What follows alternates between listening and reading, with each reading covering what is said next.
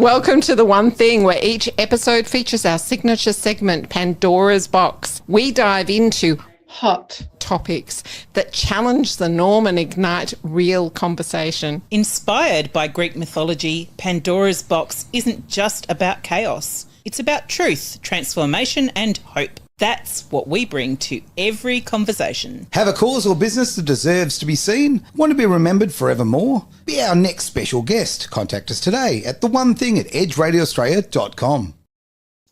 Hello and welcome to Edge Radio Australia. You are listening to The One Thing with Aaron, Lisa, Hello. myself. Am I allowed to talk now? No, Lisa spoke over the news. She's telling Kim and Luke, our very special guests, to listen to our intro because she's that proud of it. Well, Luke's on it. In fairness, I'm not proud of it. The dancing part? Oh, the whole thing, but the dancing part particularly, yeah. I tried to like channel my 80s dance man, you know, the whole. Well, my dance was this with my hand coming through. So welcome, everyone. Thanks for joining us today. We have a couple of very special guests today, and I'm going to read it from here because Lisa's given me a whole list of things to actually read out. We're going to be talking about radical responsibility, real love, and how to grow together without losing yourself. So these two beautiful guests we have here, Kim and Luke Herman, have been together for 28 years. Wow. They have a lived experience and a professional wisdom on the subject, and it makes them a force in helping others to reconnect, rebuild and thrive and rise. In this episode, we are opening Pandora's box on healthy communication, personal growth, self-responsibility, and why being selfish might be the most loving thing you can do. You got me at selfish. Oh, yes. So this couple right here, Kim and Luke, are a powerhouse couple in the world of healing and conscious relationships. Together for almost 28 years, they bring both personal experience and not emojis, personal experience and professional expertise. Emojis got in my way. I'm ready for you to go, I'm from Burgundy. Oh, yeah. I was going to go, yeah, anyway. Yeah. There was going to be a little joke in there about mushrooms, but we won't do that one. She practiced so hard. Based in Perth, Kim is a holistic transformation therapist and coach, and I see you on socials all the time giving out lots of nuggets.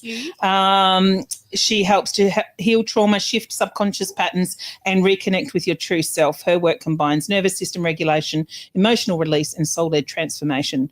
Luke is a grounded men's coach, facilitator, and he's also a Sparky who co-runs their family electrical business. Together, they co-facilitate a powerful couples healing program, guiding couples to release unconscious patterns, build emotional safety, and create relationships that are both deeply connected and authentically expressed. I'm not going to read any more because I think that's enough. You've got the gist of it, right? Look, I'd be worried if they weren't still together with all that. You got to understand, being a Sparky, it must be an electric sort of relationship. Yeah, no question about it. Sparks are flying. Boom, boom. So over to you, Lisa. You've known Kim and Luke a little bit longer than myself. So that's a nice segue. Well, you don't need to read anything, do you? Yeah, do you want the notes? I forgot my glasses, but I'm wearing Aaron's, so I'm all good now. I don't need glasses. No, it's a false story. I don't use them at all. No? So it's really great to have you guys both on here together because you've been on The One Thing individually before. We have. I think it was you, wasn't it, Kim, that came to the Wangara studio? Yeah, I was just before you moved to the new premises. Yeah, which was very exciting. It's hard to believe that we ever used to be there now, isn't it? We've been here. It feels like such a long time, but just over a year. Yeah, we're comfy in our little home, or much larger home. Yes, it certainly is. So what I would absolutely love for both of you to share to start with, how it all began. As in your relationship. Our relationship. Oh, here we go. This is a good one. Well, first the earth cooled, then the dinosaurs came. Right? I'll say it first. When we first met each other, we were camping. Yep. And we hooked up and we both said to each other, I don't want a boyfriend. I don't want a girlfriend. Okay. He was the first one-night stand I'd ever had. For 28 years. One-night stand, ironically. There you go. Hilarious. It's about preconceived ideas when you go into a relationship, isn't it? Like so many people, in the dating game, for argument's sake, they say, "Oh, I'm looking for something long term and this and that." No, not. When you're not looking for it, often the door comes knocking. That's right. I'd just come out of a marriage, and Luke had come out of a long-term relationship. Yep. So we kind of, I guess we weren't looking. Yeah, makes sense. So that's actually 10,220 stands. Not a one-night stand, it's 10,220. Well, says so much for you. Yes. And it didn't happen straight away in the sense, like we left that weekend thinking that we weren't going to hook up again. Mhm. But then I was selling the home that I'd had from my previous marriage. Someone and needed some electrical work done. work done. Oh, that old chestnut. Well done, Luke. Love Nice. it. Yeah. Okay, so I'm just going to get right into it. How often do you guys argue? I was at the dentist today, and Yeah, the we dentist still said, argue. Yeah. the dentist said, what are you doing later this afternoon? I said, oh, well, I've got a radio show and we've got guests on, and they've been married for 28 years and they're in a relationship. And then the dentist said, oh, you should have, can't remember her name, the dental assistant on, because she's been married for nearly 50 years. And then she said, for anybody that tells me that they never argue, I call bullshit. Yep. I was about to say that. 100% agree. Yeah. We argue, I wouldn't say all the time, but we have Yeah. patches where we argue and Yeah. disagree. We're two separate people. Yeah. You Mhm. can't expect to see eye to eye on everything. Yep. And also who we were when we first met is different from who we are now. So you Absolutely. grow and change and Oh, wow. I want to ask a question on that, if I could butt in on that one. Because, look, you've been together such a long time, 28 years. You were different people, right? absolutely. Your personalities and your lives have gone through such changes. So, okay, I know there's no secret sauce to this, but all those years later, do you just have to – what if you don't evolve at the same rate or in the same direction? Like, how do you make that work?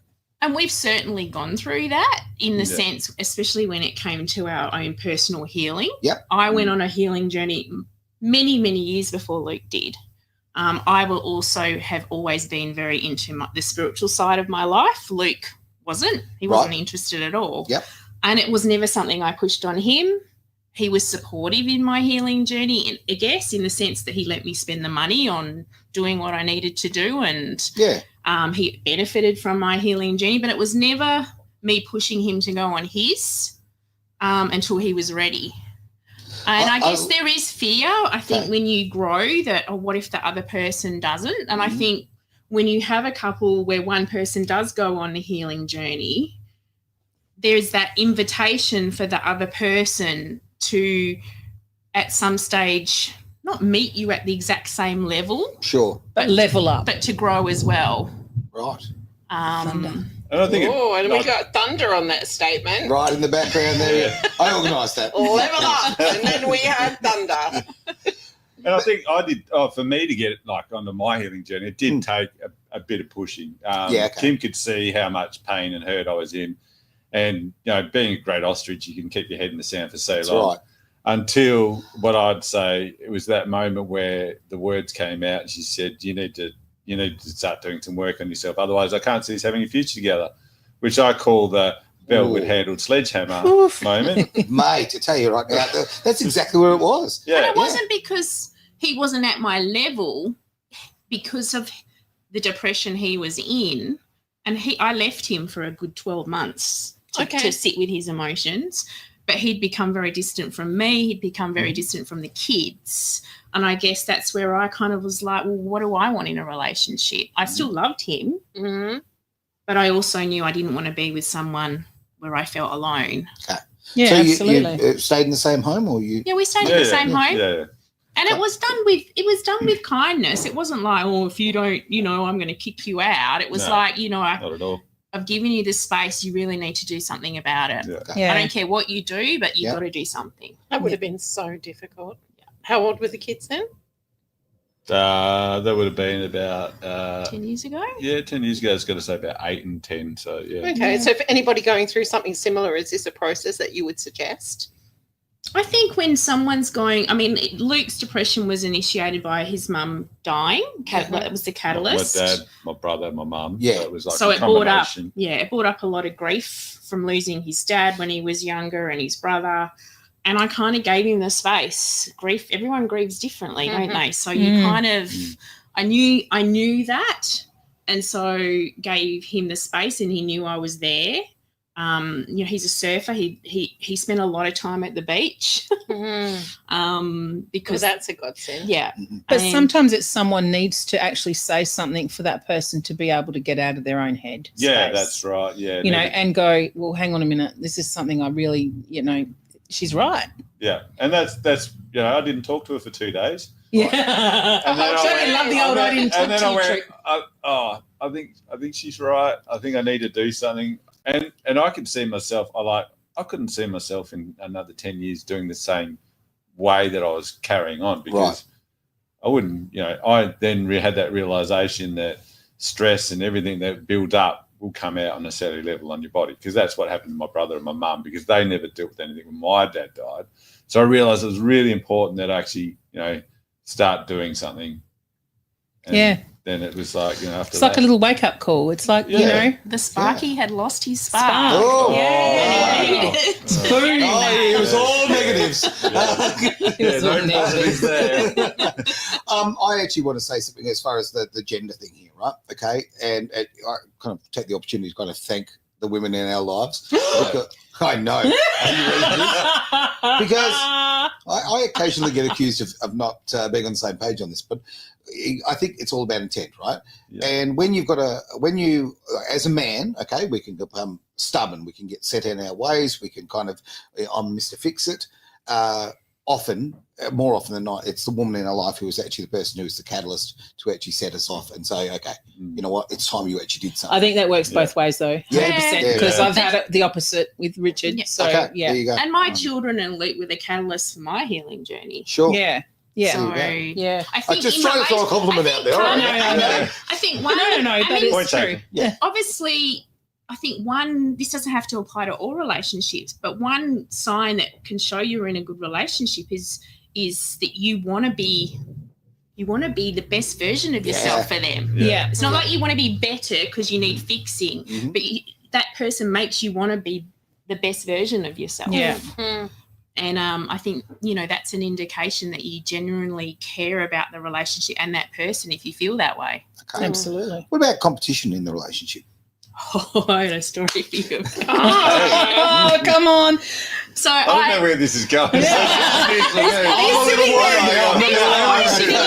sitting in the corner, really scared. And I He's was actually shivering. going to ask what you meant by that before Kim answers, because I don't actually understand the question. Kim obviously Kim's does. going to go with it. Trust me. So I've always been very spiritual and had spiritual practices and used to teach spiritual stuff in my women's circles. Luke, not a bar of it at all. And then one day, I don't know what happened, but he had this spiritual awakening and he suddenly could see spirit and talk to spirit and do this, and he would have really clear visions. I don't have clear visions, and I got really jealous. And every time he would come and speak to me excited about something that had happened, I would get a bit funny. And one day he said to me, he goes, what's going on with you? He said, every time I talk to you about spiritual stuff, you get a bit with me. It's a technical term. And he's and I had to go away and sit and think about it. And I was like, man, I think I'm just jealous because all of a sudden you're spiritual. And I worked so hard. And your abilities and everything have just gone next level. But now I'm proud of him, and we had moments. You say you're proud of him, but what came to my mind, and correct me if I'm wrong, but because you've been through so much heartache with losing people that have gone to the other side, I mean, is it something that you've actually controlled? You say you're proud of him, but has he actually done the work to cause it? What do you mean? Or has it just Your happened? spiritual Oh, the awakening. spiritual. Yeah, being able to see spirit. I had no choice in it because when it first started happening, I wasn't a spiritual person at all. Yeah. And I think, what happens is when you start doing the work on yourself, it's almost like you're cleaning yourself out. You're making yourself, where you need to be. You feel comfortable in your own skin. And then all of a sudden, I remember it was like one of the first ones, it was, didn't expect it. And when it came through, it was like, Are you comfortable sharing what that was? Yeah. We were at the Conscious Living Expo at Claremont, and we were like selling our wares, what we did about mental health and well-being and everything, and the programs that we run. And they had this sound healing opposite, and they had 4 people held space, and they just played a didgeridoo on the speaker in the background. And I was like, I'll go. It's like 15 minutes, have a try out and see what it's like. And I remember sitting in there, and I was like, I'm just going to see where this goes. And I'm just sitting in there, and all of a sudden I'm riding this wild stallion through this field, and I'm just going, this is pretty wild. Wow. I'm like, and experiencing. Was it a black stallion or a white stallion? It was like a brown and white. Oh, yeah. Like Native American Indian. Yeah. And then all of a sudden I'm changed into this eagle, and I'm over the top of the field looking down. You could see the horse underneath and that. And then Sounds like a trip, doesn't it? No, it sounds like a Mustang commercial. And then the funny thing is, I finished, right, and I'm just going, oh my God, what the hell was that? That was like mad. That was wild. And I was like, walk over to Kim. Kim goes, so how was that? And I couldn't put anything into words. All I did was burst into tears. I burst into tears. Like, oh my God, that was like the most insane thing I've ever done. It's like, and she's like, what happened? It goes, I don't know. I can't tell you. And it's like, and that's just a lot of things when like you get, I get things like visual and that. It's really hard for me to put it down on paper.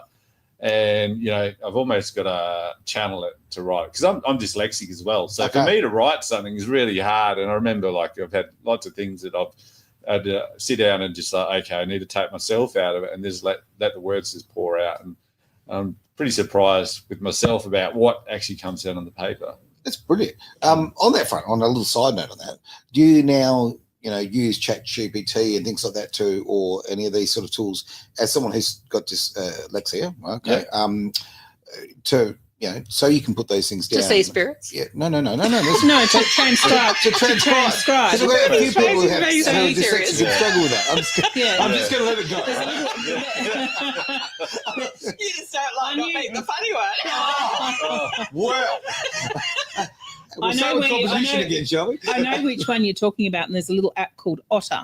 Right. And you can just grab it and you can just talk to it and then it transcribes and then you can just leave it there. And then when you get back, you can just pick it up and reread it. But it reads it and it says the words as well. So if it's picked something up wrong, you can actually pick it up. Okay, yeah. I found like voice memos quite good as well. Yeah.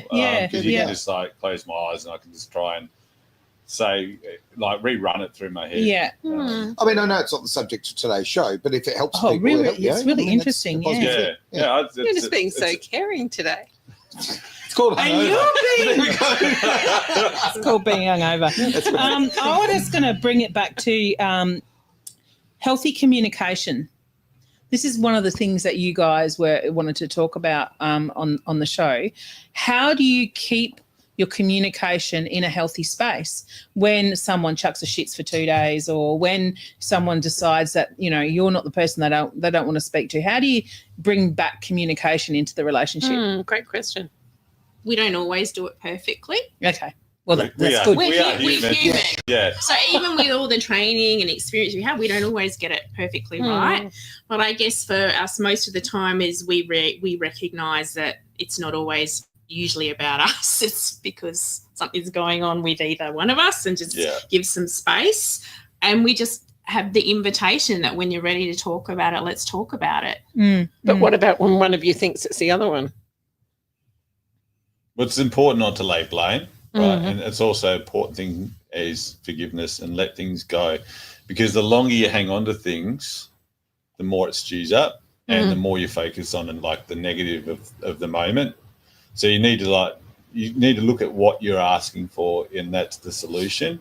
And the solution is usually looking past that and actually getting on with things in life. Because what happens with couples, so often we get caught into disagreements and we get stuck into wanting to be right. Yeah.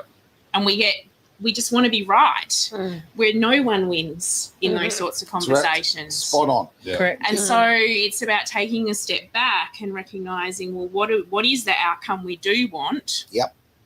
And can we talk about it? When it's really heated, it's often best for us to let's pause and wait till we've cooled down. And that might mean us going to separate space, Luke going out to his shed, me going to the office or the room and just having some, because, you know, especially when you're in the thick of feeling that emotion, it's not always the best place and time to be having those conversations. You're working from and you say things from a place of being triggered and hurt. And really what's happening is that, you know, especially if someone else's behaviour, what it does, it can trigger shame in us and then we become very reactive. Can you go further on that? Trigger shame? So shame is when we feel bad about who we are. Yeah. So if, say, for example, Luke forgot something really, really important. Like your wedding anniversary? He has happened. We're both forgotten. especially now we tend to, because you get so busy in life and it's been so long. But, you know, say he's forgotten something important, I could interpret that's I'm not worthy. I'm not worthy, or I'm not that important to him. Yeah. So it's triggered shame in me, where the reality might be he's just so super, super busy at work, or he's had a really crap day and it just completely slipped his mind. And, you know, I always say, you know, when I coach some of my clients, I hate orange flowers. I'm not a fan of the colour orange. Okay. And every now and then Luke brings me home a bunch of flowers with orange flowers in it. Just to test that. Now the very You don't sit in the car with scissors and just snip. Get my pliers out. They're too bloody expensive to be testing them. the old unhealed version of me used to get really upset about it. Like, you've been with me this long, you should know I hate orange flowers. I didn't know you didn't like orange flowers. Now you tell me now after 28 years. But the reality is, especially with men's minds are designed to just think about one thing at a time. If you think about their mind like it's gold ribbon boxes, and they can only really have one box open at a time, where women will have multiple and emotions are attached to everything. So he's opened his box. Oh, I'm going to get Kim flowers. He doesn't think about the colour. So I recognise now he's just thought his thought is, he doesn't go to the shop and go, oh, I'm going to buy that bunch of orange flowers just to piss Kim off. I can't even say I'm colourblind. I'm an electrician. I thought that earlier. So he's actually, you know, he's coming from a good place. So I learned to just say thank you and enjoy them as much as I can. I'm just thinking maybe, Aaron, do we need to have a short break We and then come do, back and and I was- discuss femininity and We are masculinity? on the page, but very Always. quickly, I saw, speaking of on the page, if we look at the screen, Lisa, thank you, Lisa, for your lovely comment here. Now, who would like to read this one? Do you know, I'm great you mentioned that, Lisa, because that was another point I wanted to talk about, was we need to not assume what our partners want So need true. and assume things in a relationship. And even though we've been together 28 years, like I said earlier, we've changed. Yeah, absolutely. Yeah. And for those listening on the radio, the note up there says communication, absolutely key. And I think it's important to ask for what we need and not expect our husbands, partners to guess. Yep, But we we're do. not brought up to communicate our needs. No, very, very true. And well, school dulls that down quite a bit, I think. Oh, that's right. Yeah. You know, you could put your hand up. Yeah. I never put my hand up. No. Yeah. And that just doesn't apply to relationships with your husband or partner. It applies to any relationship, really, about communicating and not assuming that people know what it is you want and need in a given moment. Ask I just think I'm still just gobsmacked that you get flowers, but anyway. I was thinking about this just as we were talking about that. I've had women in my life who brought me flowers a couple of times, right? And I'm not going to lie, like I just think to myself, like, really, why? Because I don't get it. And I've just thought about, for all of these years, I appreciate the gift and the thought, but flowers, right? But I've got the male equivalent. I finally worked it out. You know what it is? A bunch of cable ties, right? Bring a fella a bunch of cable ties. He'll be happy. That's all he needs in life, right? Okay, Rich. maybe they were sending you the message. Will they that be wanted orange? flowers. That's exactly what it is. And on that bombshell, a quick break. Is pain holding you back? Bowen Therapy with Panacea Healing can change that for you. It's never too late to recharge your health, career, or purpose. You have the power within yourself to change what no longer serves you, taking your life and health to another level. panaceahealing.com.au. You can do anything. And you're listening to the One Thing on Edge Radio Australia, wherever you are in the world. It's so good to have you listening. And we're covering some really fun topics. Agreed. And we are in Perth, Western Australia, and we can hear a lot of rain here. Yeah. It is pouring. And for those who are listening on the radio, or for those watching the video, I'm fiddling the volumes as much as I can to try and fight the rain. But just crank it up. There you go. That's the best way. Yeah. That's our for life. sure. Crank it up. That's right. Turn it up to 11. And that's how you should live your life, in my Yeah. opinion. I've been married twice, and I don't remember in either relationship there being any understanding of masculine and feminine energy. So I'd love for one of you or both of you to explain that to people so that they understand. I mean, I know I like masculine energy. Yep. But apparently it's we both have both. Yep. Do you know why you like the man to be in the masculine? So you can then step back into your feminine, right? So naturally, I think a lot of women feel like that. Yeah. And the big problem these days is a lot of women work, right? Or at home with the kids. So in the masculine, you're very much a goal-driven. It's a little bit based on the ego and things like that. Action taking. Yeah, doing. action and doing. Yeah, so goal-focused.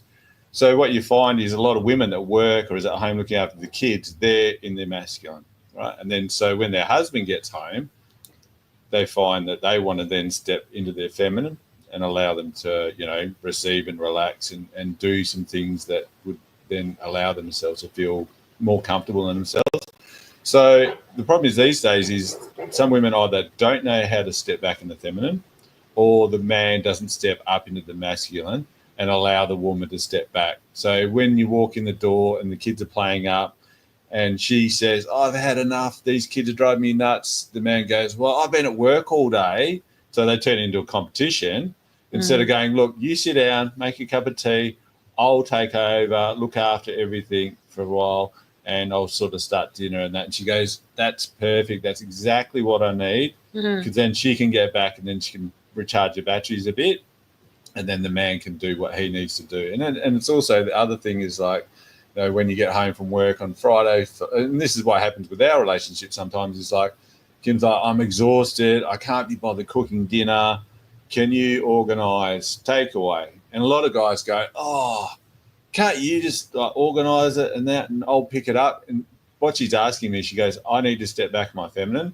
You need to take over and you need to do it. And I'll just go, okay, do you want this, this, or this? And I'll ring up, order it, and I'll say, I'll go down and pick it up. And then she can then just go into feeling a lot more comfortable and being where she needs to be for a while, because being at work and doing everything you need to do.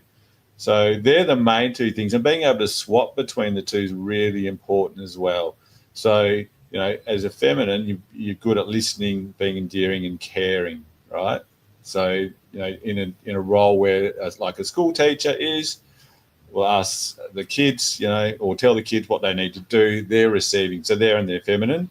Or if the teacher asks a question, then the child will then put his hand up and they'll say, okay, what is the answer? The teacher then reverts back to the feminine energy, and then the child will say, be directive, this is the answer, and then they'll tell them. Okay, so in a nutshell, being feminine is submissive, yeah? No, I wouldn't say it's No. submission. It's receiving. Receiving? Okay. We want, I think this is where we're having a lot of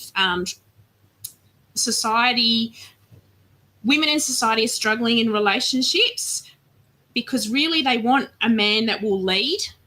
So men are traditionally protectors. They want to feel like they're providing. That doesn't mean that they have a partner that does nothing, but there's an element of providing, protecting.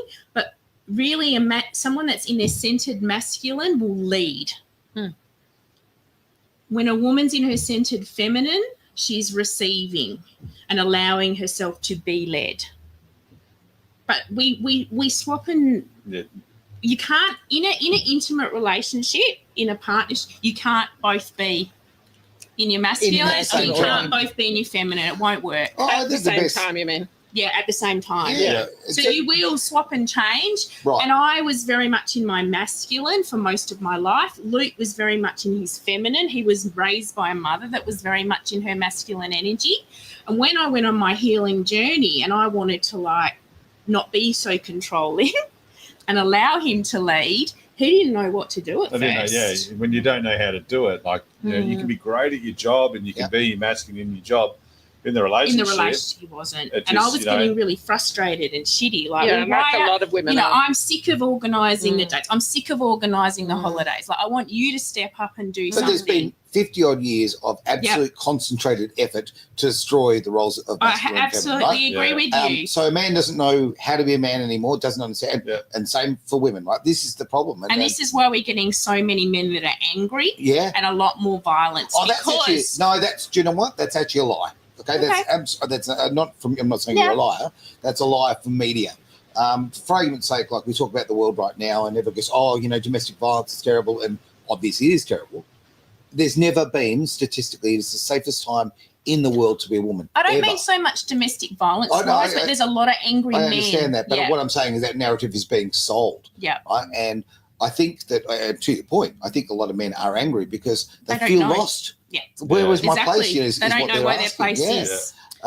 We need more role models. We need more male ones, female ones. We need to be comfortable in your femininity. You be comfortable in masculinity, right? That goes for both genders. So, to me, the key to a relationship, and I should never give advice on relationships, but it's teamwork. And when you guys know when to flip and when you need to be in your feminine, when you need to be your masculine. It's that understanding each other to know when to fall into those roles. It's made such a change to our relationship, learning that. Like, there was there's bringing back to that masculine feminine and that balance. There was a really great, and I can't remember where I saw a couple, and they had the 80-20 rule. When one person was sitting at 20, the other person would pick it up and bring up 80. Or if they're sitting at 50-50, as long as together they both came in at 100%, so that when one actually fell down, they could pick the other one up. Yeah. And I think that was just such a great balance, because what that does is keeps the family unit together. Because if the kid's suffering, and mum's suffering and she's got no energy left anymore, and the dad's coming home, like you said, and he's just not he's not seeing or acknowledging that she needs to step into her feminine. You've got this, imbalance in the family unit, and when you bring both together up nice and level, you've actually got a hang on, family unit. We may be on. I know we're definitely on the radio, but we've just had a power fluctuation that has. Oh no! Yeah, we Do might. You know a Sparky? We know a Sparky. It's a flux capacitor. I'm telling you, it's a flux capacitor. All right, so we are going to keep talking because we're still on air. And I'm just going to have a quick play and find out what is left. So we've never had this happen before? No, I've never ever had this happen before. We did say that it was rainy weather. Someone's hit a pole, let's say, probably something. Oh, okay. Yeah. All right. So, well, hopefully everybody the power is fluctuation safe. has shut things down, but I would assume, and I can't even assume for this screen. Oh, this is exciting. John, Edge Radio we were just talking about, running on empty. Well, what I'll do is I'll keep playing with this. You guys keep the conversation going. Yeah. So that's what I meant. Like, I thought that was a great analogy, feminine and masculine, bringing both into balance. And I think that 80-20, when someone's 80, look, we're back on. Does appear that we're back. We're back. There we go. Yeah. Fantastic. That's what we're talking about. Yeah, and I think we have so many women, because they fought for equal rights, that are so much stuck in their masculine, and they're in it all the time, and they're in it in their relationships, and then wondering why the relationships aren't working. And I have spoken to some people about this, and they struggle with understanding the concept. It's not about being submissive. It's basically it's like two dicks fighting if you're both in your masculine. It just doesn't work. You've got to, and we want our men, and then women get frustrated when their men don't step into their masculine, but they don't understand that's what they're frustrated with. Yes, yeah. So what type of coaching do you both offer? Because I know that actually, if I can interrupt on this one, before we jump into that, we've had a number of questions that I really want to address. Oh yes, please. If we could do that, would be fantastic. Would be so I will step into my feminine, shall I? If you could. Because otherwise we have 2 in the masculine, right? Oh, there's that sword fight going on. Anyway. Right, Lisa is stepping into her feminine and allowing Aaron to lead. And watch me step into my stupidity and destroy people's names with mispronunciation. All right, so I believe it's Shoma. Lovely to hear from you. Fantastic. She has put there, tolerance is very important. When we learn to tolerate the little things and not complain all the time, we realise that it's not so hard. That is so true. So true. Yeah, absolutely. So many. Really agree with that. And thank if I you for fire sharing through, that. oh, absolutely. Oh, Travis. Okay. What's Travis's one? Travis's one something about rubber ducks or something. Probably. Yeah. And we'll just go past communication. Sorry, guys. There's just a lot coming in here that is just got to get on top of it. That's right. We'll allow you to be in your masculine. Well, thank you very much. There we go. That's right. He's leading. That's the only example. He's leading. All right. Aha. Now, Lisa L. Thank you, Yes. Lisa. Oh, there we go. The narrative. The narrative about toxic masculinity hasn't done society any favours.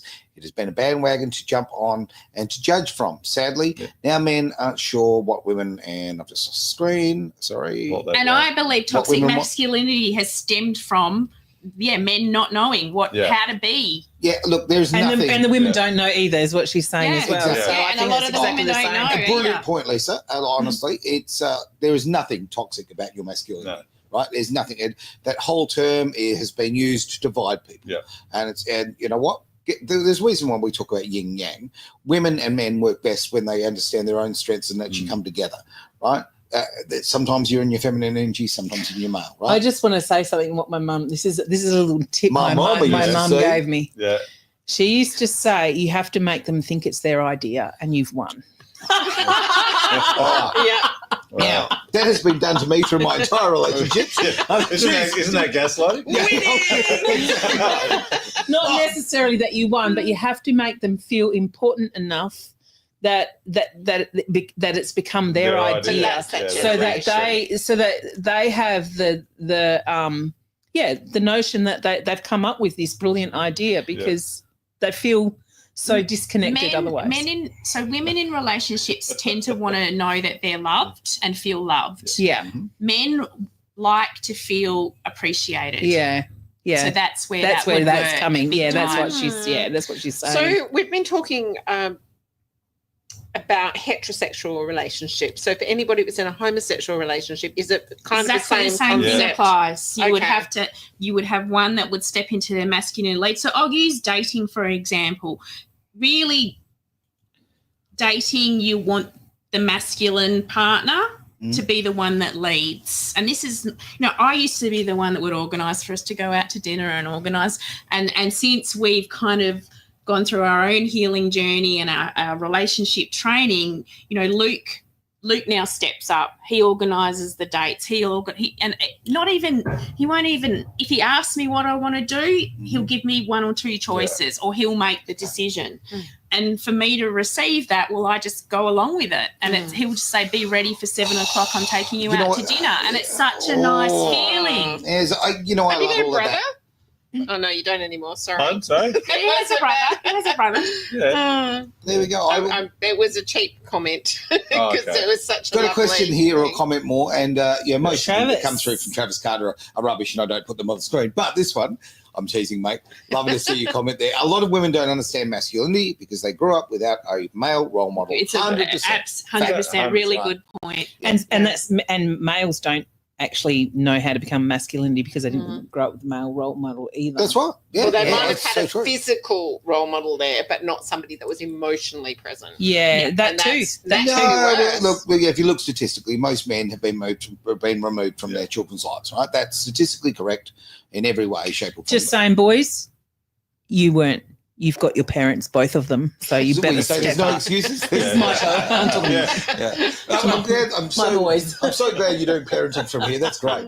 All right, That's for have a another look. show. Yeah, there we go. Now we'll bring up this other copy. So many fantastic comments coming Nicole. through. I really appreciate this. So from Nicole. Nicole, I love the 4 agreements.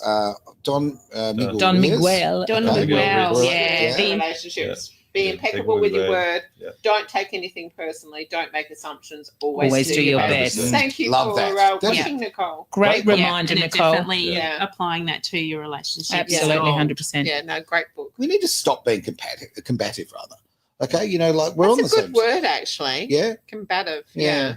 That's how so many relationships become. Like a moment ago when you were saying about the date night, okay, or going out. Like so many times I've had this experience, and so I'm kind of very resistant to what you said, because in in theory what you said is perfect. My reality has been very different. So if I've gone and been in my masculine and organised a date night, for argument's sake, okay, a bunch of flowers, all the goodies, all the stuff. What I've had far too many times with women in my life are going, I don't like those flowers. Oh, the movie wasn't very good. It's like, I would have gone, what do you want? They're not stepping into their centered feminine energy and receiving. You know, did you not check the menu before we came here? Well, no, because oh my word. Oh, I'm that's telling you- terrible, Aaron. Oh, Aaron. Now Now we understand you on a whole other level. Yeah. Yeah. It's finally opened up. Oh, no. Oh, yes, because I've always held back. They're just staring you up. No, You took the bait, hook, line, and sinker. Oh, I'm a good fisherman. Yeah, you are. You are. Oh, No, no, but that's it's true. terrible. Yeah. Oh, it's so you try and be like, you know. But that's making not things- every date, is it? It's most days. Oh, you're kidding most me. and right now. Can someone I mean, take Aaron on a date, no, please? most nowadays when you're dating, okay, I'm out there and I'm doing it. You know, most weeks I'm out on a date. Here we go. He's like thinking about, am I going to trip over here? I have the right to remain silent. Everyone is dying to say something. But the expectation, right, is very unrealistic now, right? And it makes, What are they expecting? oh, Because this is something that Kim and I Luke think can this both comes back to them not making assumptions. Like, I think that in that situation, my advice, if there was a woman that came and said that to me, my advice to them would be, can you allow yourself to receive? And then after the date, next day, talk about what foods you like and don't like. Talk about, you know, like you did. Like I said before, you didn't choose it thinking, oh, well, I'm going to piss her off because I know she doesn't like that menu. Like, it's about thinking about, well, what was the intention? Exactly. But that's just Where was that rude. person coming from? Yeah. so someone in my past, for our first birthday together, I took her out to a lovely restaurant. I bought her a small piece of jewelry and a lovely bouquet of flowers. Okay, and the complaints were that the jewelry was like not from a establishment that she was happy with, right? It was from a mainline jeweler, right? But it wasn't from a specialised jeweler that bothered her. The restaurant was not something that she liked, would choose, and the flowers were not flowers that I chose the wrong flowers, right? Okay. I think you chose the wrong woman. Were they orange? I don't think she's ever going to. She would struggle to be happy. In a relationship. And my attitude was like, oh my In God, life, maybe. like, can't you be happy? Like, you know what I mean? Yeah. Here's a guy who's made a big effort for you, right? Yeah. And it was a big effort, okay? Particularly in that position. Please I tell me wasn't you didn't like- go on a second date. I did. But some people use that as a And deflection then you would have started feeling resentment. Yeah. So this is where resentment comes into the relationship. And guess what? I never wanted to buy flowers for her ever again, right? Yeah. And I was in a relationship for quite some time with this woman, but I didn't ever want And to. then she would have said, but you never buy me flowers. Boom. Yeah. And then And that's where it started. and the dinner situation, okay, you can't be in your masculine. You can't go and go, oh, I'll book this particular restaurant, because guess what? She'll go, oh, I don't like that. So you end up you flip the other way and kind of go, where would you like to This go? is where you really have to take a look at yourself and why. Well, in my opinion, but I've been with my my husband for 37 years, so I wouldn't know. Amazing. But I would just go, knowing now what I know, I would go, why am I choosing a person like that? And why am I putting up with it? And Why am I putting up with it? What you can do, Aaron, is you give two choices. Yeah. Yeah. Would you like to go to Italian or would you like to go to Mexican? Hungry Jack's or McDonald's? Yeah. But some people don't want to be happy. They like to complain about things, right? Yeah. So you It's not can't your please, like, you can't heal someone that doesn't want to be healed. You Well- can't make someone happy that never wants to be happy. The rain is absolutely fully coming down now. So I appreciate it's probably hard for people to hear, but it's the end of the day, you want to be with someone who is I don't know, you have a genuine close relationship. You love them, you miss them, all of that sort of thing. It is very, very hard on dating, and the fact that you've been together with your husband for such a long time, you guys been together for such a long time, it's an incredible gift, right? Oh, I feel blessed and grateful to have that. Because to I try know and that. find that in a modern world. Yeah. So, like now, as a man, and I can only give my experience as a man because that's the world I'm living in, right? Okay, it feels like when a dating situation now is more like a business deal. I come and make a proposal. This is why you should go out with me. This is what's great about me. Yeah, that's and the woman who comes brings nothing, and that's the honest truth. Yeah. Right? Like they're not feeling that they actually have to. Their effort is to show up. Yeah. Now, maybe that's the women I'm attracted to. Maybe that's an inner thing, whatever. But I'm not the only person who's having that experience. So, yeah, I mean, if we could just get people to actually realise when you're coming into a situation like this, like I'd be dating a man then, Aaron, if that was the case. Just might be happening. Who knows? a couple of great questions coming through. So let's try. And and we get to them. are. I'm looking at the stuff. Oh, Time as well. Wow, we are absolutely flying through time. So thank you, Samuel, for your comment here. As it comes up, when two people are triggered, how do you pause and choose connection over conflict? Oh, That's a good one. That is a good. I mean, you want to answer this? Do you want me to answer There it? you go for this one. I think it's about having conversations about these when you're not triggered to start off with, about what do we do in Conflict this situation. Like, let's work out a strategy, because the reality is in relationships we have conflict. Like we talked about. If you're not having arguments or disagreements, I call BS. Either one of you is abandoning yourself totally for that to happen. So it's about having conversation. Well, what will our strategy be? How do we want to choose to communicate?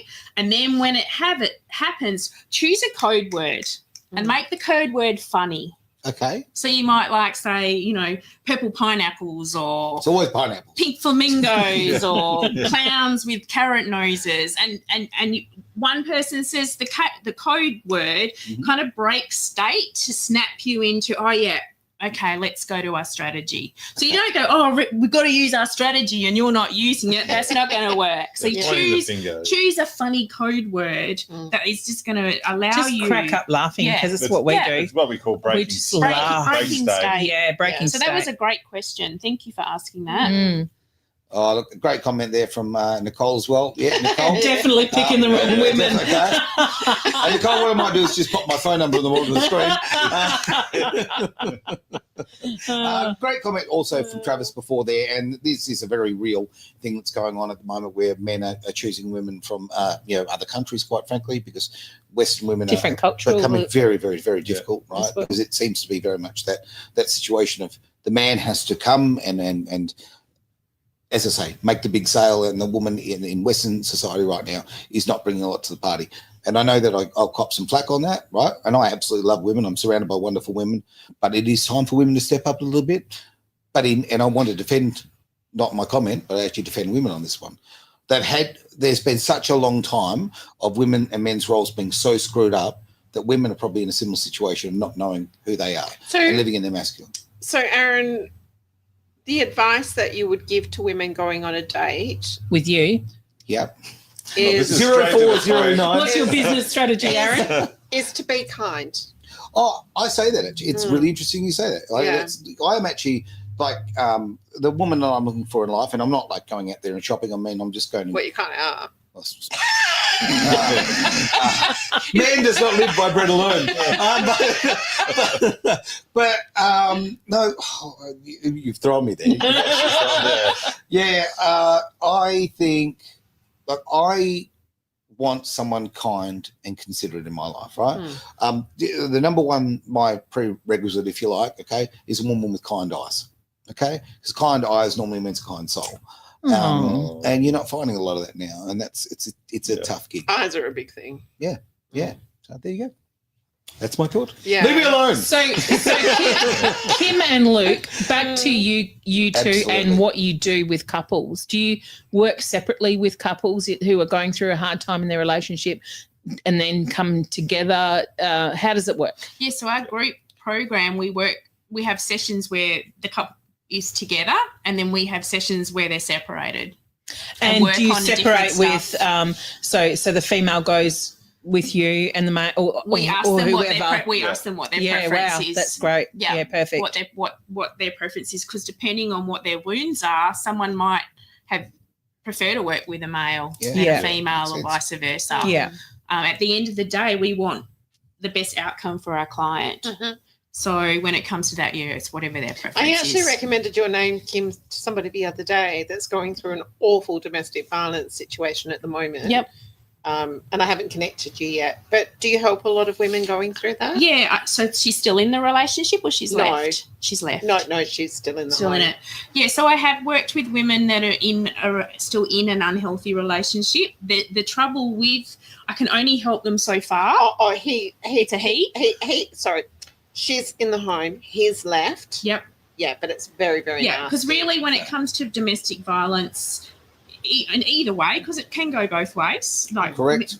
It's about the person who's been the subject of the violence. They lose their sense of identity. They lose their self-worth. They lose their self-esteem. So it's about helping them reclaim that and heal. And unfortunately, especially if there's children involved and they have to have an ongoing relationship with that person, it's about helping them find a place where they're less triggered, so they can have, make decisions from a less triggered place. Yeah, she was just feeling very, very lonely and secluded. Yeah. Didn't feel like she was getting the support she needed from the legal system. Yeah, and it was difficult. Yeah, and it's about helping them empower them so they can, feel more about who they are. If someone's still in a relationship, the depth of healing that I can help someone with is reduced, because if they're still in the situation, it's like the scab still gets picked off every time they're back in that environment. Yeah. But I have helped women find the courage to leave. Like, Which the is work huge. they've done with me has helped them have the courage to finally leave. So what do you love most about this aspect of your work, both of you? Because I know that you're an electrician by trade, and Kim, I'm not sure whether you're still doing bookkeeping. No, No, I you don't do my that. coaching stuff pretty much. Yeah. Coaching full time now. So what do you love most about it? I just enjoy connecting with people and getting people to where they feel comfortable in their own skin, they feel comfortable in their relationship again.